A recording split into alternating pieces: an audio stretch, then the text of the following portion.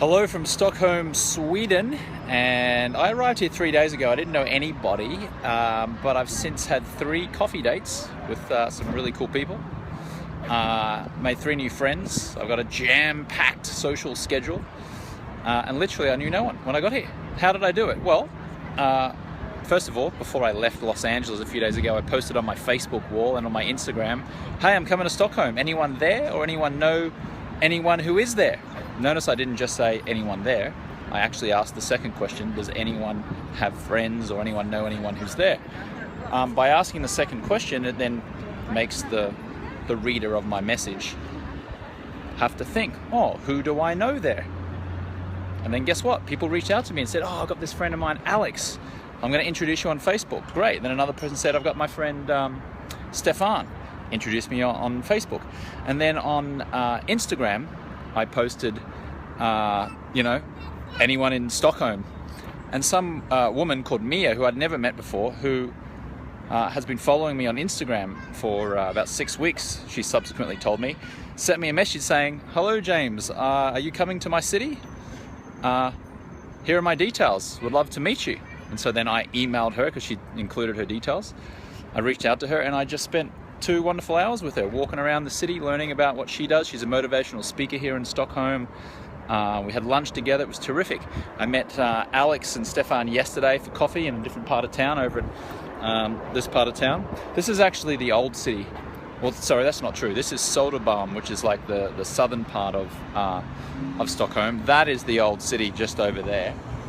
There's 14 islands that Stockholm, Sweden is built on. 14 islands. This is the southern part again here. It's a beautiful day, absolutely beautiful day.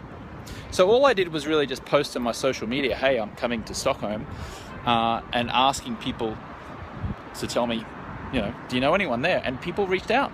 Then when I was introduced to those people, Alex and Stefan, it was a simple case of, here's my number, well, let me text you so we can stay in contact via text. And then plans were made, and then literally it was like, Stefan said, come and meet me at 4 o'clock, so I did. We hung out for 2 hours, and then I met Stefan first, and then Alex said, come and meet me in another part of town at 6, and I had dinner with him last night. And then I met Mia today, and I've got a jam-packed social schedule. Pretty cool.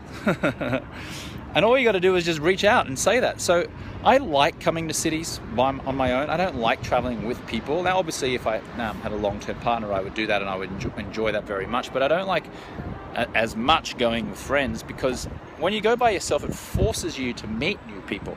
And I think if I came with someone, I wouldn't have said, who's in town. I wouldn't have reached out and tried to meet new people. So I wouldn't have met these 3 lovely people that I did meet. So when you travel by yourself, it forces you to get out of your comfort zone just for a little bit. So then you can get into a new comfort zone of meeting new people.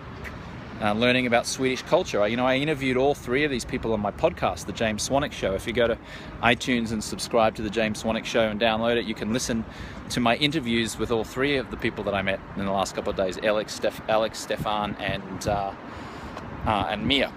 It's called Postcard from Sweden. You'll see that in the James Swanwick Show podcast episode summary. And I've been posting photos on Instagram as well, at James Swanwick, and people have been reaching out to me as well, like saying, oh, I'm in Sweden. So now I've got another person that I've got to reach out to that I'm probably seeing tomorrow, or from just letting people know that I'm here and asking an important follow-up question, which is, who else do you know? Like, even if you don't live in Sweden and you're not in Stockholm, who do you know who does live in Stockholm who might like to hang out? Pretty simple, but we humans like to make it complicated, don't we? So there you go. That's how you make new friends in a city that you've never been in before. Travel solo. It forces you to meet new people. And it's a hell of a lot of fun. So from, just give you one last final view here. From Stockholm, Sweden. Subscribe to this channel for more tips on life and motivation. And share this video with someone who is traveling abroad soon and might like a little tips on how to meet new people. All right, catch you on the next one.